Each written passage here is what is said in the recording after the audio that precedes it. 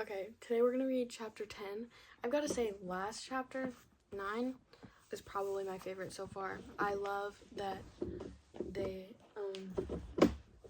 I love the story of Saul becoming a Christian. Saul. I love the story of the dude. Okay.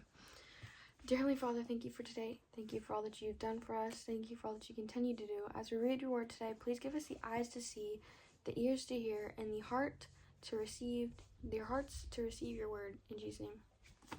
The hearts. Okay, chapter 10. There was a certain man in Caesarea called Cornelius, a centurion of what was called the Italian regiment, a devout man, and one who feared God with all his household, who gave alms generously to the people and prayed to God always. About the 9th hour of the day he saw clearly in a vision an angel of God coming in and saying to him, Cornelius. And when he observed him, he was afraid, and said, What is it, Lord? So he said to him, Your prayers and your alms have come up for a memorial before God. Now send men to Joppa, and send for Simon, whose surname is Peter. He is lodging with Simon, a tanner, whose house is by the sea. He'll tell you what you must do. And when the angel spoke to him and departed, Cornelius called 2 of his household servants and a devout soldier from among those who waited on him continually. So when he had explained all these things to them, he sent them to Joppa. The next day, as they went on their journey and drew near the city, Peter went up on the housetop to pray about the 6th hour. Then he became very hungry and wanted to eat, but while they made ready, he fell into a trance, and saw heaven opened, and an object like a great sheet, bound at the 4 corners, descending to him, and let down to the earth. In it were all kinds of 4-footed animals of the earth, wild beasts, creeping things, and birds of the air. And a voice came to him, Rise, Peter, kill and eat. But Peter said, Not so, Lord, for I have never eaten anything common or unclean. And a voice spoke to him again, the 2nd time. What God has cleansed you must not call common.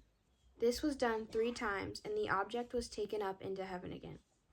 Now while Peter wondered within himself what this vision, which he had seen, meant, behold, the men who had been sent from Cornelius had made inquiry for Simon's house, and stood before the gate. And they called and asked whether Simon, whose surname was Peter, was lodging there. While Peter thought about the vision, the Spirit said to him, Behold, 3 men are seeking you. Arise, therefore, go down and go with them, doubting nothing, for I have sent them. Then Peter went down to the men who had been sent to him from Cornelius, and said, Yes, I am he whom you seek. For what reason have you come? And they said, Cornelius, the centurion, just a man, one who fears God and has a good reputation among all the nation of the Jews, has divinely instructed by a holy angel to summon you to his house, and to hear words from you. Then he invited them in and lodged them. On the next day, Peter went away with them, and some brethren from Joppa accompanied them. And the following day they entered Caesarea. Now Cornelius was waiting for them, and had called together his relatives and close friends. As Peter was coming in, Cornelius met him and fell down at his feet and worshipped him. But Peter lifted him up, saying, Stand up, I am myself also a man. And as he talked with him, he went in and found many who had come together. Then he said to them, You know how unlawful it is for a Jewish man to keep company with or go to one of another nation. I walked away to feed my dog. And then, while the dog was eating, I was like, I can't record because then you guys are going to hear all the chewing. Right? And so then I start sweeping instead. And then I go to the front door and there's a lizard on his back. And it looked like a cat got him or something. So I called my dad to get him because I was like, I'm going to get emotional and this lizard's dying, so I need you to take him away. And so he did. But God has shown me that I should not call any man common or unclean. Therefore I came without objection as soon as I was sent for. I asked then, For what reason have you sent for me? So Cornelius said, 4 days ago I was fasting until this hour, and at the 9th hour I prayed in my house. And behold, a man stood before me in bright clothing and said, Cornelius, your prayer has been heard, and your alms remembered in the sight of God. Send therefore to Joppa, And call Simon here, whose surname is Peter. He is lodging in the house of Simon, a tanner, by the sea. When he comes, he'll speak to you. So I sent to you immediately, and you've done well to come. Now, therefore, we are all present before God to hear all the things commanded you by God. Then Peter opened his mouth and said, In truth, I perceive that God shows no partiality, but in every nation, whoever fears him and works righteousness is accepted by him. The word which God sent to the children of Israel, preaching peace through Jesus Christ, he is Lord of all. That word you know, which is proclaimed throughout all Judea and began from Galilee after the baptism which John preached, how God anointed Jesus of Nazareth with the Holy Spirit and with power, who went about doing good and healing all who were oppressed by the devil, for God was with him. And we are witnesses of all these things, which he did both in the land of the Jewish and in Jerusalem, whom they killed by hanging on a tree. Him God raised up on the third day and showed him openly, not to all the people, but to witnesses chosen before by God, even to us who ate and drank with him, after he arose from the dead.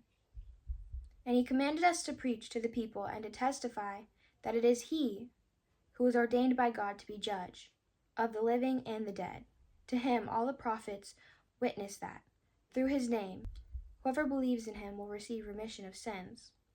While Peter was still speaking these words, the Holy Spirit fell upon all those who heard the word, and those of the circumcision who believed were astonished, as many as came with Peter, because the gift of the Holy Spirit had been poured out on the Gentiles also. For they heard them speak with tongues and magnify God. Then Peter answered, Can anyone forbid water, that these should not be baptized, who have received the Holy Spirit, just as we have? And he commanded them to be baptized in the name of the Lord. Then they asked him to stay a few days. He wanted water for baptism. Why? Say it with me, guys. Because baptism is important. Believe and be baptized. I think it's really important for anybody who doesn't believe that you need to be baptized to read Acts, because how many times have they mentioned it, and we're only on chapter 10, and there's 28 chapters in Acts. Anyway, that's it for this video. I will see you in the next one. I love you, but Jesus loves you more.